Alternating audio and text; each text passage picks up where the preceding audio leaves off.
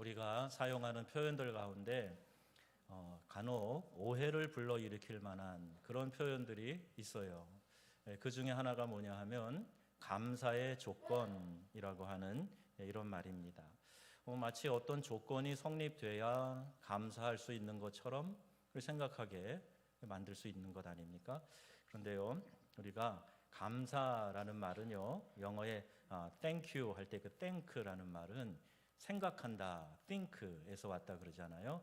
깊이 생각해 보면 감사할 것들이 너무너무 많은 거예요. 감사하지 않을 게 없을 정도로 감사할 내용이 참 많이 있다는 겁니다.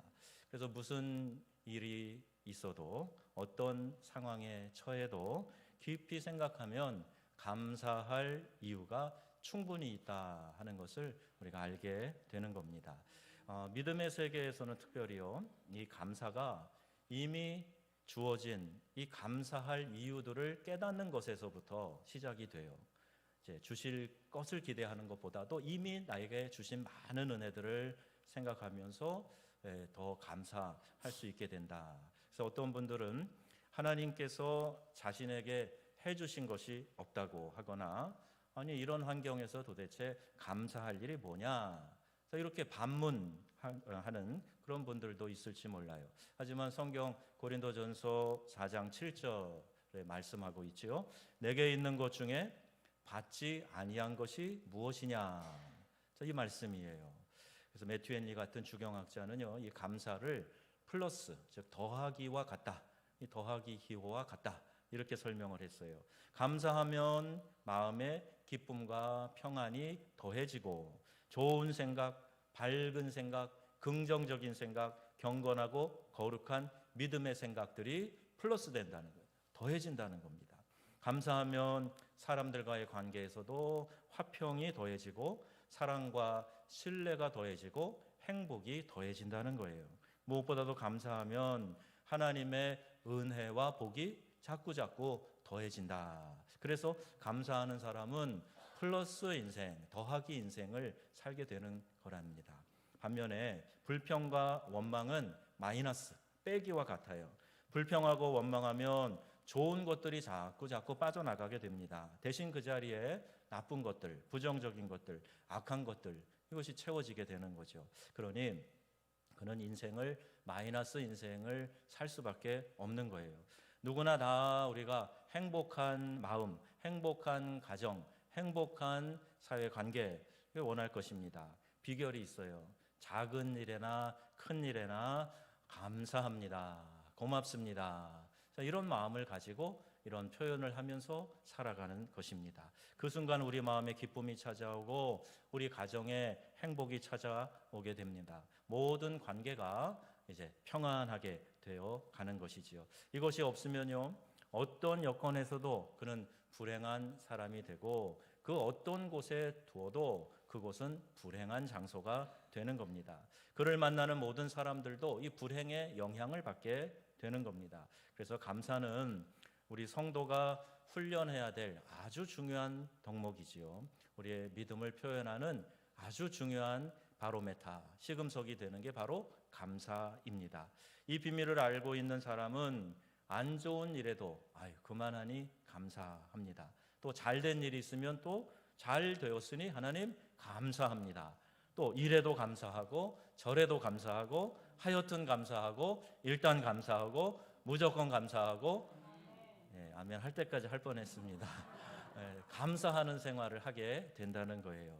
자, 그러니 여러분 한번 따라해 주시겠습니까? 그러니까 감사, 그러면서 감사, 그럴수록 감사, 그럼에도 감사. 아멘. 그런 마음으로 감사를 훈련해야 된다는 거예요. 감사의 조건, 감사의 조건하고 퀘스천 마크를 붙였죠. 자, 이것을요 우리가 한번 이렇게 좀 생각해 보면 좋겠어요. 바울이 어떤 상황에서 어떻게 감사했는가, 오늘 본문의 말씀을 생각해 보면서 바울의 감사 생활, 자, 이건 어떤 것인가 한번 생각해 보고 우리가 한번 비교해 보면 좋겠는데요.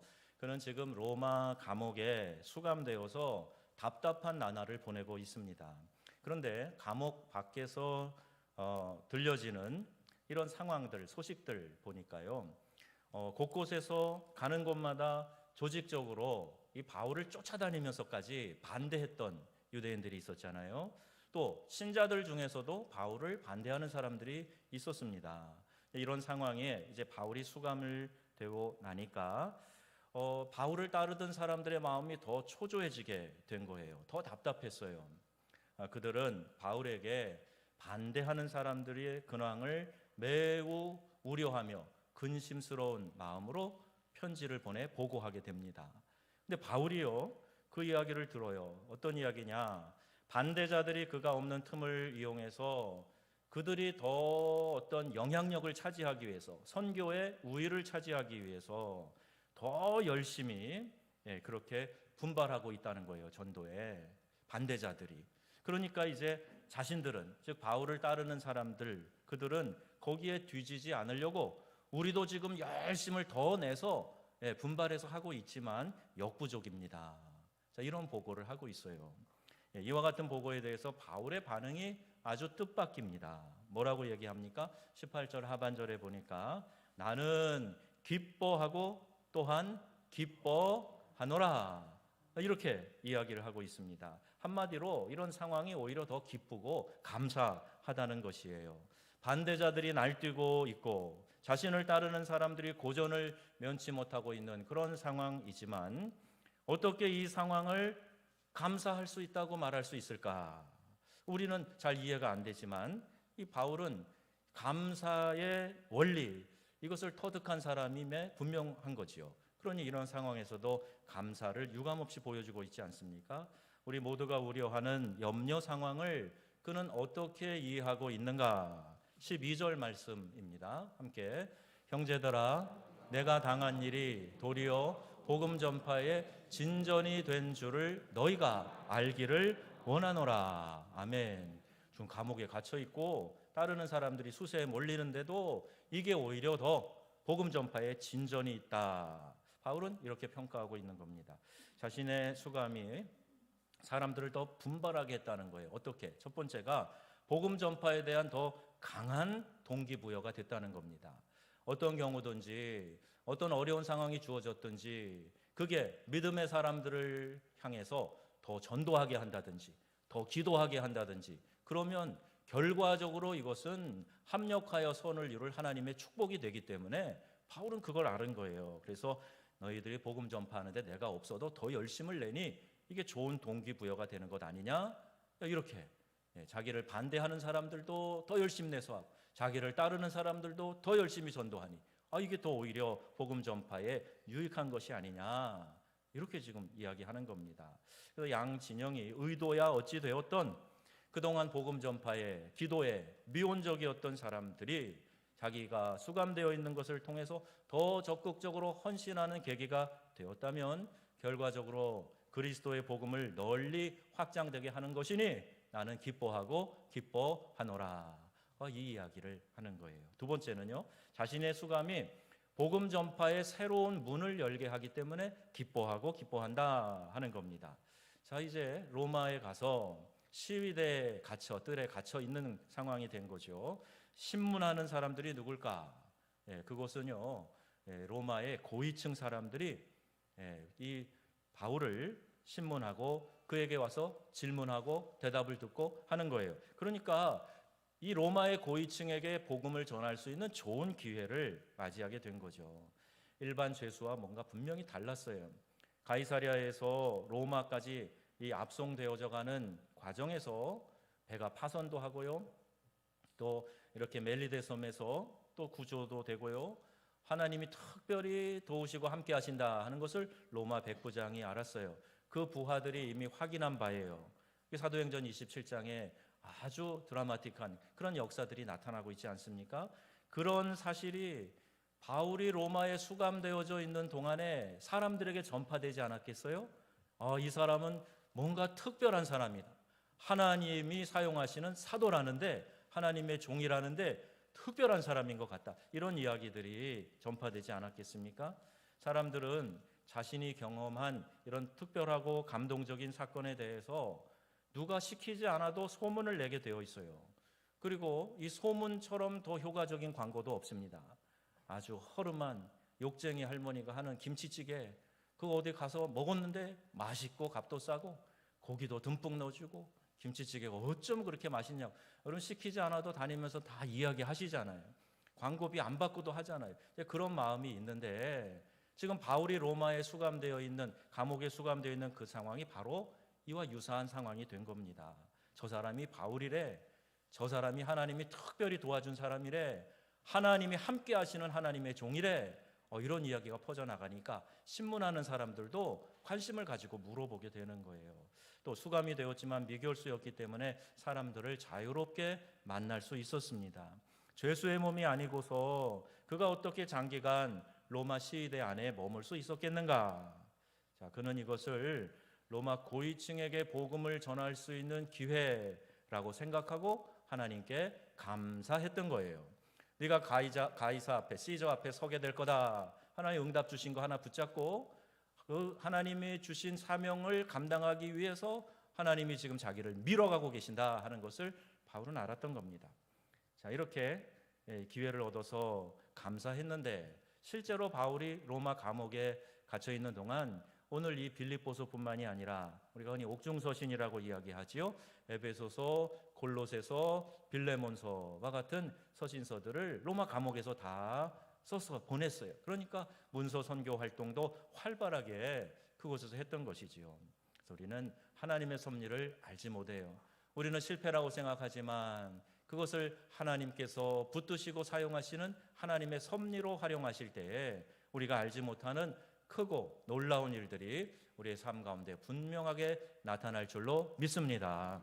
바울은 그것을 오늘 우리에게 가르쳐주고 있어요. 그러니 어떻게 똑같은 상황에서 이렇게 다르게 해석을 할 수가 있을까? 우리가 이제 이해할 수 있는 단초가 있는 거죠. 믿는 신자라고 하지만 자기들이 좀 수세에 몰리니까 불안해하고 어찌할 줄 몰라 하지만 바울은 담대합니다.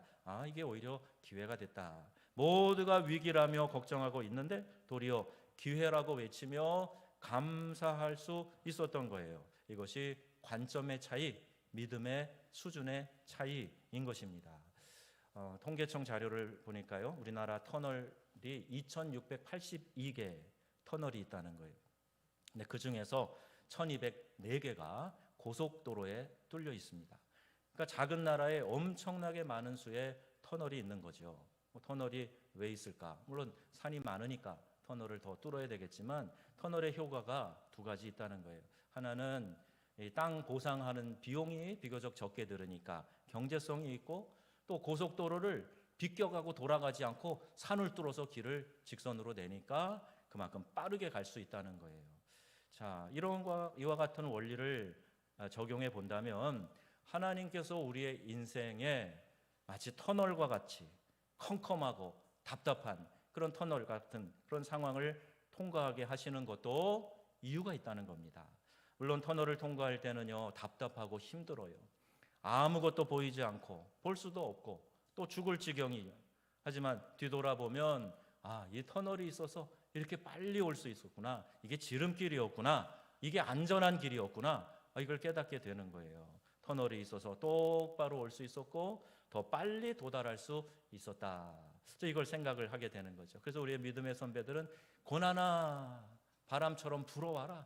그러면 내가 돛을 올리고 내가 더 빨리 나갈 거다. 이런 찬송가를 지어서 부르곤 했어요.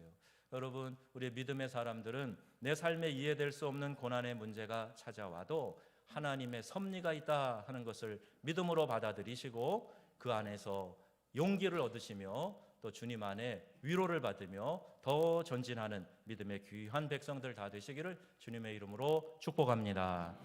그러므로 우리가 해야 할 일이 있어요. 어떤 일이든지 아무것도 염려하지 말고 다만 모든 일에 기도와 간구로 구할 것을 감사함으로 하나님께 아뢰면 되는 겁니다. 어떡하지? 그리고 그냥 막 부안해동하고 그럴 필요 하나도 없어요. 염려 걱정하지 말고 인생 터널 만났을 때 감사함으로 기도하면서 하나님께 맡기시면 되는 거예요. 여러분, 찜질방 가시면 주인이 그 카운터 옆에다가 맡기지 않은 물건은 책임지지 않습니다, 이렇게 써놓은 거 보실 거 있으시죠? 특별히 귀중한 것들은 특별히 맡겨야 주인이 책임지겠다는 거예요. 그러지 않으면 잃어버려도 모릅니다. 이런 얘기 아닙니까? 이 문구가 처음 나왔을 때 사람들이 신앙에도 참 그렇다 그런 생각을 했어요. 하나님께 철저히 맡긴 거 하나님이 책임지시지만 하나님께 맡기지 않고 내가 전전긍긍하고 붙들고 있는 거 그래 네가 끝까지 알아서 해봐. 그리고 하나님이 그렇게 내버려 두실 때가 있어요. 그래서 오늘 장로님 기도하셨지만 우리가 열심히 수고하고 막 해도 안 돼. 아유 이제 끝인가 보다. 그리고 절망하고 포기하고 끝이라고 생각했는데 웬걸 이게 하나님의 시작이 되는 줄로 믿습니다. 하나님이 그때 너 힘 다 빠졌냐? 내가 이제 붙들어 줄게. 내가 이제 너를 밀고 갈게. 내가 함께 해줄게. 내가 너를 내 등에 업고 갈게. 그렇게 말씀하시고 이끌어 가시는 거예요. 우리가 알거니와 하나님을 사랑하는 자, 곧 그 뜻대로 부르심을 입은 자들에게는 모든 것이 합력하여 선을 이루느니라. 아멘. 바울이 그래서 이런 고백을 할 수 있었던 겁니다. 바울은 지금 자신이 수감되어져 있는 상황에서도 이러한 믿음의 관점으로 해석하고 이해하고 있어요. 우리 또한 바울처럼 감사라는 렌즈를 통해서 우리의 어려운 문제들을 바라보는 그런 믿음의 사람들이 다 될 수 있기를 바랍니다. 감사의 사전적인 의미는 이렇게 돼 있어요. 도움을 받거나 은혜를 입어 마음에 차오르는 흐뭇하고 벅찬 감정, 이렇게 정의합니다. 그런데 이것은요, 감사를 감정적인 영역에서만 설명하는 아쉬움이 있어요. 감사하는 마음은 표현될 때 아름답습니다. 사람 사이에서도 감사가 윤활유 역할을 하는 것 여러분 살아보면서 많이 경험하시지 않습니까?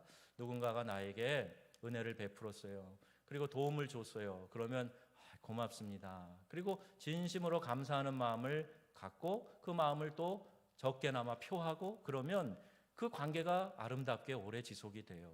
근데 어떤 사람이 많은 도움을 받고 다른 사람에게 그렇게 다른 사람이 친절을 베푸는 그런 일들을 많은 혜택을 누리면서도 감사하지 않고 당연하지 이런 마음을 갖는다든지 그리고 금방 감사를 잊어버리고 또 그런 마음을 갖는다든지 그러면 다음에 여러분 어떤 마음이 드세요? 내가 다음 기회에 또 그렇게 해주나 봐라 이런 마음이 들지 않아요?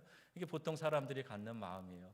감사하는 마음을 떼먹으면 그만큼 인생 퍽퍽하게 되는데 감사하는 마음을 갖고 표현하면 그만큼 인생이 부드럽고 아름답게 전개되어 가는 걸 봅니다. 여러분 하나님께도 우리가 놀라운 은혜 받았어요. 만 가지 은혜를 받았어요. 하나님께 감사하는 마음, 그 감사하는 마음을 표현하는 행동 꼭 필요한 겁니다. 작년에 강문호 목사님 이야기를 간증을 소개드렸죠. 이 감사절에 성도들이 하나님께 대한 사랑을 표현하는 것이 너무 밋밋한 거예요. 그 최선을 다하지 않는 것 같아서 목사님 마음이 안타까운 겁니다. 목회자들은 늘 그런 마음이 있어요. 우리 성도들이 더 하나님의 은혜를 받고 축복 누리면 좋겠는데 하는 아쉬운 마음들이 있기 때문에 이 목사님도 그렇게 생각이 드셨던 것 같아요. 나를 지켜주신 하나님의 은혜가 올 한 해 이렇게 하나님이 소출을 주시고 먹고 입고 쓰게 하시고 베풀어 주신 하나님의 은혜가 그 우리가 좀 특별할 때 주는 선물 하나, 뭐 구두 한 켤레 그 값도 안 된단 말이냐? 이런 의문이 마음에 들어온 거예요. 그래서 목사님이 이 가르치신 것이 뭐냐 하면 하루에 1,000원씩만 감사를 해도 1년이면 365일이니까 36만 5천 원 되지 않냐? 우리가 한번 이렇게 마음을 모아서 하나님께 365 감사를 해보자. 이걸 실천하자고 선포를 했어요.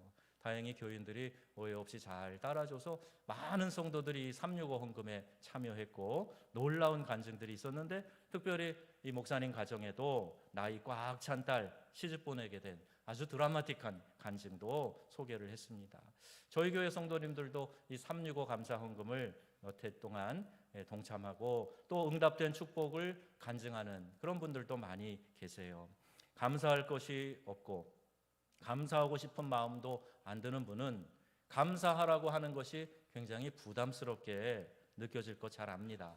하지만 여러분 믿어지지 않을 때가 정말 믿음이 필요할 때고 감사할 수 없는 상황 그때가 정말 감사가 필요한 때인 것입니다. 어떻게 감사할 수 없을 때 그런 형편에서 감사할 수 있을까? 어떻게 항상 감사함으로 깨어 있을 수 있을까? 어떻게 하면 될까요? 초점을 내 상황이 아니라 주님께 맞추면 돼요.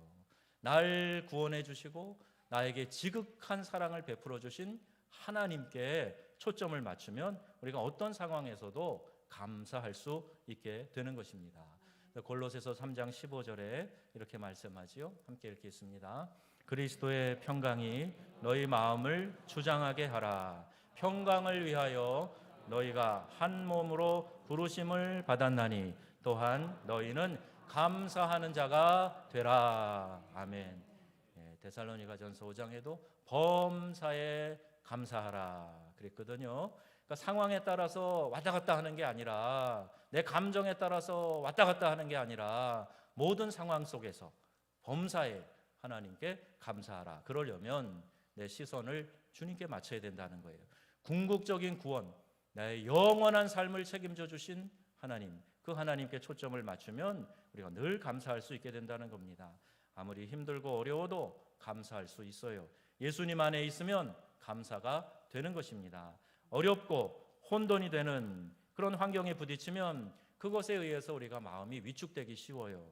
환경에 푹 빠져서 하나님을 바라보면 항상 하나님에 대한 삐뚤어진 이해만 갖게 됩니다. 하나님은 나를 사랑하지 않으셔? 하나님은 공평하지 않으셔? 하나님은 과연 살아계시기는 한 거야?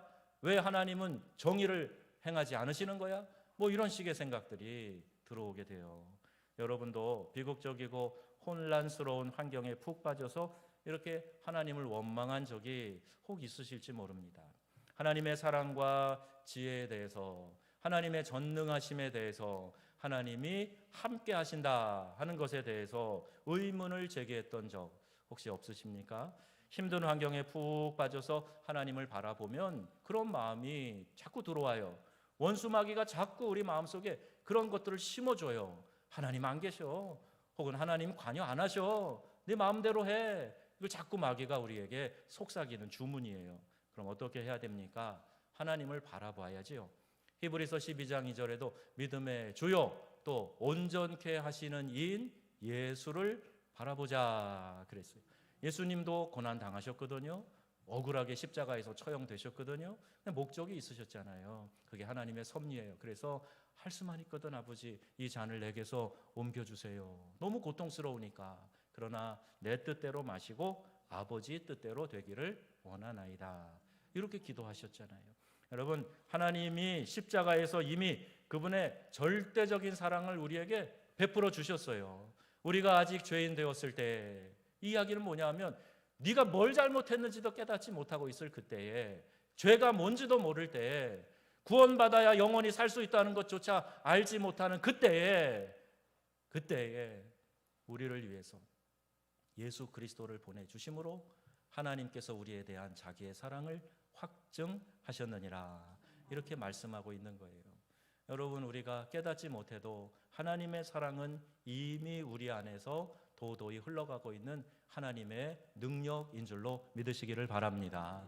그 사랑에 감격해서 우리가 신앙생활하는 거예요. 그 사랑을 우리가 더욱 구하며 하나님께 영광 돌리려고 믿음 생활하고 있다는 말입니다. 그러니 여러분, 주님 당하신 고난 생각하면서, 목적이 있는 고난 생각하면서, 나도 오늘 고난 당할 때 먼저 십자가 바라봐야 되겠다. 먼저 예수님이 내게 베풀어 주신 은혜를 생각해 보아야 되겠다. 하나님의 관점으로, 그분의 섭리 안에서 내 형편을 바라보게 해달라, 이렇게 기도해야 합니다. 그러면 성령님께서요, 여러분 안에 감사가 넘쳐나는 기적을 베풀어 주실 것입니다. 우리 성도님들 중에 어려운 환경에 있는 분들 많이 계세요. 갑작스러운 또 이렇게 사고나 또 질병 때문에 마음 아파하는 분들도 계세요. 오늘도 어떤 분이 몸이 너무 아파서 그 자매들 부축받아서 교회 와서 예배드리고, 목사님 안수기도 좀 해주세요, 그렇게 부탁하는 분이 있었는데 도저히 일어나 걸어올 수 없는 상황이라 집에서 세 자매가 함께 예배하겠노라고 그리고 또 문자 보냈어요. 그런 분들도 계세요. 저 자신도 역시 녹록지 않은 상황입니다. 우리 아내가 몸이 편치 않으니까 저도 여러 면에서 힘든 부분들이 있어요. 그러나 그 상황 가운데에서도 하나님의 보이지 않는 섭리가 주관하고 역사하실 것을 믿기 때문에 이 안에 감사를 회복하고 감사의 기적을 회복하고 그것을 경험하게 되는 거예요. 여러분 자신도 어려움들이 있지만 주변을 바라봐 보세요. 참 힘든 시간 우리가 보내고 있어요. 그러나 그 가운데서도 이러한 상황을 경험하게 하신 것 분명히 하나님의 뜻과 섭리가 있다 하는 것을 우리가 믿음으로 바라보게 될 때 하나님의 귀한 역사를 우리의 삶에 체험하게 될 줄로 믿습니다. 제자들은요 너무나 주님과 생각이 달랐어요. 우리 사람들이 하나님의 생각과 많이 다르다 하는 얘기가 사무엘에도 나오고 잠언에도 나오고 시편에도 많이 나오지 않습니까? 나는 이렇다라고 생각을 했지만 하나님 그거 아니야 이렇게 말씀하실 게 너무 많아요. 제자들 보세요. 풍랑 중에 그들이 우리 다 빠져 죽게 생겼습니다. 우리가 죽게 된 것을 알지 못합니까? 왜 여기서 주무시고 계십니까? 제자들은 막 호들갑을 떨었어요. 그런데 예수님은 그 믿음이 적은 것에 대해서 예수님 책망하시죠. 베세다 들판에서 아유 이 사람들을 다 어떻게 먹입니까? 조금씩만 먹게 해도 200데나리온이나 필요합니다. 200일 동안 일한 품삯이 필요합니다. 근데 그 떡을 또 어디서 구합니까? 그랬는데 예수님은 보리떡 5개 물고기 2마리로 다 먹이시고 12광줄이나 남기셨어요. 제자들은 생각하는 거예요. 아이고 참 이러한 상황 속에서 내가 어떻게 살겠는가 그렇게 얘기하죠. 결국에는 죽음도 정복하신 주님을 이해 못해요. 나사로가 죽었다 그래요. 예수님은 아니다 잠잔다. 나사로야 나오너라 명하시니까 죽었던 나사로가 다시 살아나는 역사가 일어났습니다. 여러분 우리는 우리의 상식으로밖에 몰라요. 우리의 경험으로밖에 몰라요. 우리가 보고 느낀 것 요것밖에 몰라요. 그러나 하나님을 그 안으로 제한해서는 안 됩니다. 하나님은 무궁하시고 능력이 뛰어나시고 전능하신 하나님이시기 때문이에요.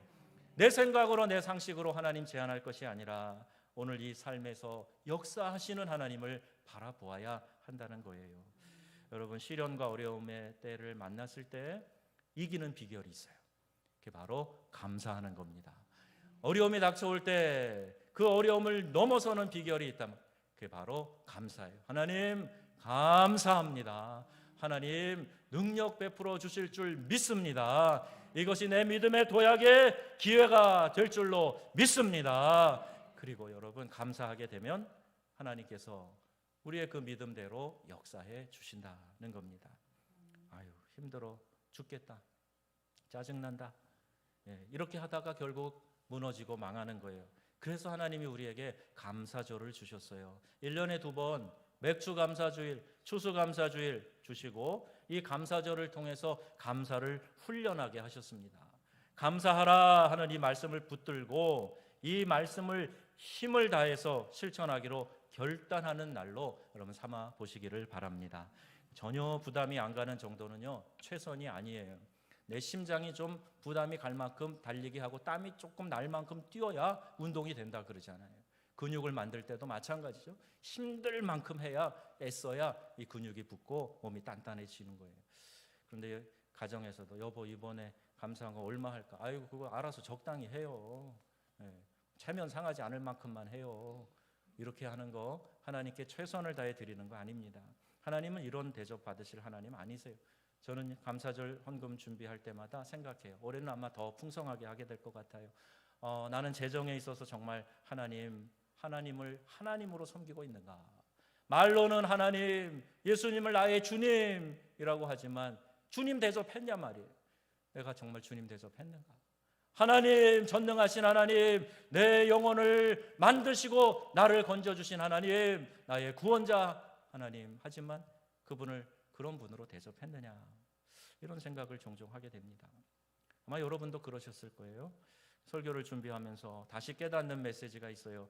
아무리 힘들고 어려워도 감사하면서 살아보자 하는 거예요. 어려워도 힘들어도 우리가 하나님을 향해서 감사하는 마음을 갖게 되면 하나님이 우리를 연단하신 후에 정금같이 나오고 하나님 앞에 귀한 보석같이 쓰임받게 될 줄로 믿습니다. 감사할 대상, 그분이 주신 구원 생각하면서 이 감사절을 준비하십시다. 이번 추수감사절이 우리의 감사 생활에 놀라운 변화가 나타나게 되기를 축복합니다. 기관에서도 주님 앞에 재롱 부리듯이 주님 주신 은혜 감사하는 마음으로 무언가 올려드리려고 하는, 우리 이제 월십팀이 매일 열심히 연습하더라고요. 우리 찬양팀들도 열심히 했는데 이거 다 하나님께 올려드리기 위한 우리의 노력과 마음 아닙니까? 우리의 모든 것을 한번 최선을 다해서 한 해 지켜주시고 복 주신 하나님께 감사하는 마음으로 올려드려야 되겠다. 이제 한 주밖에 안 남았어요. 이번 한 주 정성 다해 기도 준비하시고 우리 하나님께 최선을 다해 올려드리는 저와 여러분들이 다 되기를 주님의 이름으로 축원합니다. 아멘.